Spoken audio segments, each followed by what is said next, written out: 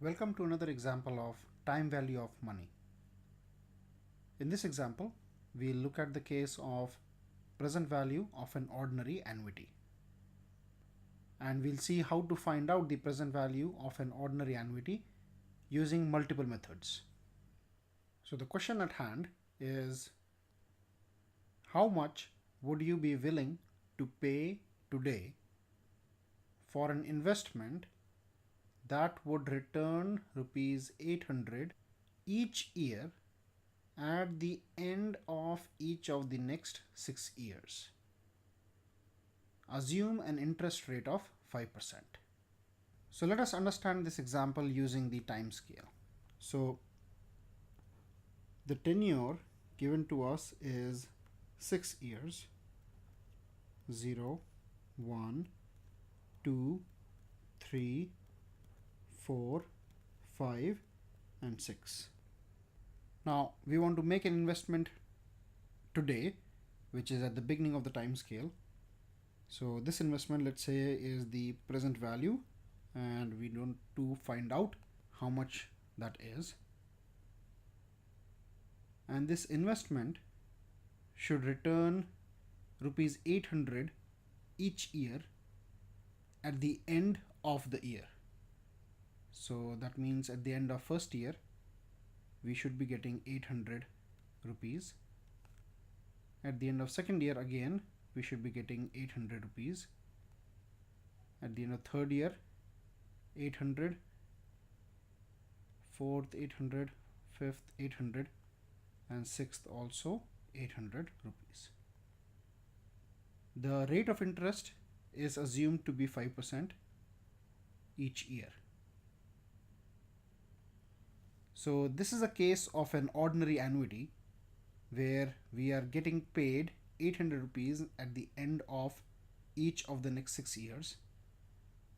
And now we want to find out the present value of this ordinary annuity. So let us look at the first method of solving this problem, which is to use the formula for compounding or discounting. So let us look at this time scale again. Now this present value, which is a lump sum amount, can be broken down into multiple present values such that this first amount, let's say this is PV1, this gets converted to 800 rupees in 1 year at 5% interest. The second component, let's say this is PV2, gets converted into 800 rupees in 2 years at an interest rate of 5% per year. Similarly, PV3 will get us 800 rupees at the end of 3 years at 5% interest per annum. So when we add all these present values, that is P1, PV2, PV3 and so on up to PV6, we will get the total present value that will give us 800 rupees at the end of each of the next 6 years at 5% interest rate. So in other terms, the total present value is equal to PV1 plus PV2 plus PV3 plus PV4 plus PV5 plus PV6. So how do we find the value of PV? So that we can easily use the same formula for finding out the values of PV1, PV2 and so on up to PV6. Now if we take the case of each of these PV1, PV2, PV3 and so on, you will find that it is a case of finding the present value of a single cash flow, or in other terms, it is basically compound interest. Now the formula for compound interest is the final amount is equal to the amount deposited, that is the principal, into 1 plus rate of interest divided by 100 to the power n, which is nothing but the number of compounding periods. Now A is the amount received at the end of the tenure, so we can say this is the future value. P is the amount which is being deposited at the beginning of the tenure, so this is the present value, into bracket 1 plus R by 100 to the power n. Now we can also consider this R by 100 as I. So future value is equal to present value into 1 plus I to the power n. Or since we have to find out the present value, PV is equal to future value divided by 1 plus I to the power n. Now let's try to write this formula for PV1. So PV1 is future value 1, which is at the end of the first year, which is 800 rupees, divided by 1 plus I. So 1 plus, now I is 5 divided by 100, which is 0.05, to the power n, which in case of PV1 is only 1, plus, let's take PV2. Now the future value for PV2 is also 800 rupees, because at the end of 2 years the amount received is 800, divided by 1 plus 0.05 to the power 2, because it is 2 years, so on, plus for PV6 it will be 800 divided by 1 plus 0.05 to the power 6. Now let me pull my calculator here. So 800 divided by 1.05,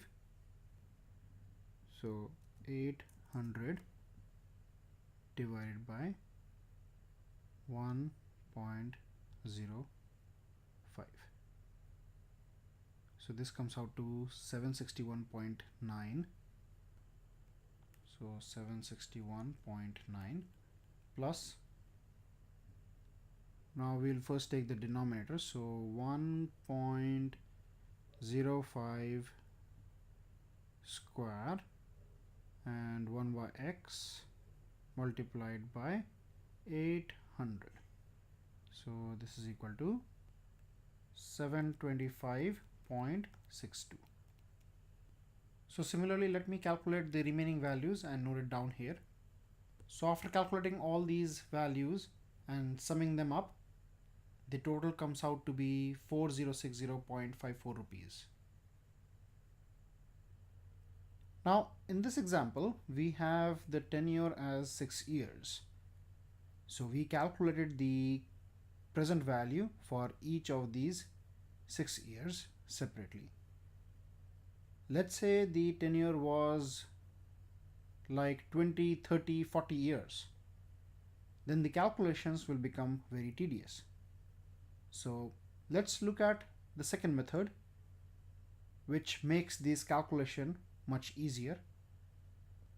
So in the second method, we will use the formula for the present value of an ordinary annuity. Now in one of the previous videos, we have seen how to derive the formula for finding out the present value of an ordinary annuity. So the formula is PV is equal to A, where A is the annuity amount, into 1 by I minus 1 divided by I into 1 plus I to the power n. So let's plug in these values. So this is what we get. Now let's further simplify it. So 800 into 1 divided by 0.05 minus 1 divided by 0.05 into, this becomes 1.05 to the power 6. So let me pull my calculator. So let's first find out the value of this portion. So 1.05 to the power 6, so 1.05 x to the power y 6 multiplied by 0.05, and this is 1 by x, and this has a negative sign, so, and then plus 0.05 reciprocal. So 0.05 1 by x. So this is equal to 5.0756 and multiply this by 800. So we get 4060.55. So this is equal to 4060.55 rupees. Now this is pretty much the same answer that we got in method 1, just that in method 2 we have to remember this formula. Now let's move on to the third method. So the third method is to use the present value factor of an ordinary annuity, also known as PVFA. Now in the second method, we had used this formula for finding out the present value of an ordinary annuity. Now let's break this formula into two parts. So let's say this is part 1 and this is part 2. Now part 2 has variables like I and N, so rate of interest and the tenure. Now rate of interest and tenure generally take the values of 1, 2, 3, 4, 5 and so on. So if a table can be created with the value of this portion for the combinations of values of N and I, where N can be 1, 2, 3, 4, 5. Similarly, I can also be 1, 2, 3, 4, 5. Then we simply have to refer to the table to find out the value of this portion for the values of I and N given to us, and then we have to multiply that value with A. So this formula can also be written as A into PVFA. Now let's look at this table to find the value of present value factor of an annuity for our case. In our case, N is 6 and I is 5. So on the screen, the table for present value factors of an annuity of rupee 1 is shown. I mean, it can be rupee 1, $1 and so on. So anything which is a unit of a currency. Now why is it called the present value factor of an annuity of rupee 1? So if you recall, the formula was present value is equal to A into present value factor of an annuity. Now A, if considered 1, then basically the factor represents the present value of an annuity of rupee 1. So basically somebody has taken the second part of the formula and calculated the value for different periods, that is 1, 2, 3, 4, 5, 6 and so on, and different interest rates, 1%, 2%, 3% and so on.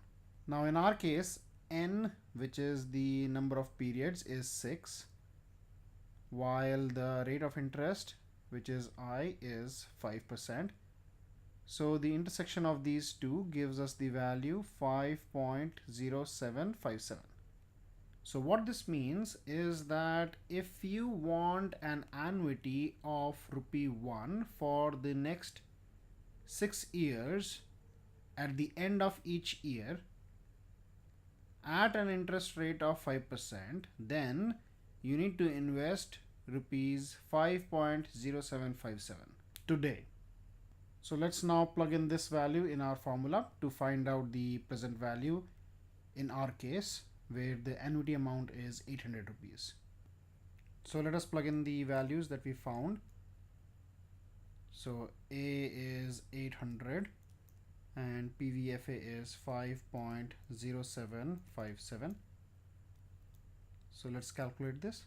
So 800 multiplied by 5.0757. So 4060.56. 4060.56 rupees. Now let's look at the fourth method, which is to use a financial calculator. Now the third method that we saw comes in very handy in practical use when we have to find out compound interest for multiple values of I, N, and A, especially for people who have to find out the present value of an annuity on a regular basis. The third method comes in very handy. The fourth method, which is to use the financial calculator, is also a very quick method. There are 5 main keys on the calculator that need to be used. First is N, which is the number of periods. In our case, it is 6. Next is I, which is the rate of interest. In our case is 5%. Now, while we are using the formulas, we generally take I as the rate of interest divided by 100.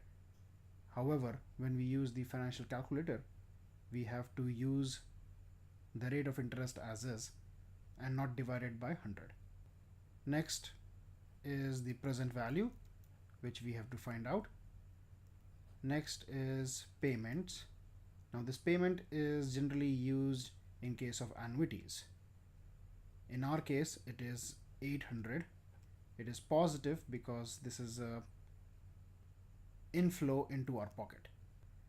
The next button is future value. Now in this example, the future value is basically the payments because those payments are being received in the future. So this future value we'll consider as 0. So let me pull my calculator.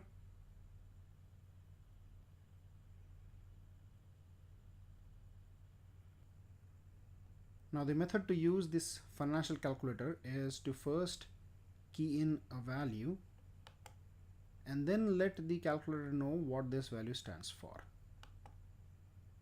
So N is 6, then 5 is I, PV we have to find out, so we'll click that button at the end. Payment is 800, so we'll first do 800 and then click on payments. Future value is 0, so 0 is the future value, and now we have to click the button that we want to find the value for, so present value. So we'll click this and the answer comes to 4060.55. So the present value is minus 4060.55 rupees. Now why is this minus? Because rupees cannot be negative. So negative indicates that this is an outflow because we are going to deposit this much amount into the bank so that we can get an annuity of 800 per year. So as we have seen, all the 4 methods gave us the same answer, pretty close. In one method I think it was 4060.56, but that's pretty close, and that's because of the rounding of the decimals and so on. So depending on the method that suits you the best, you can choose any of these methods.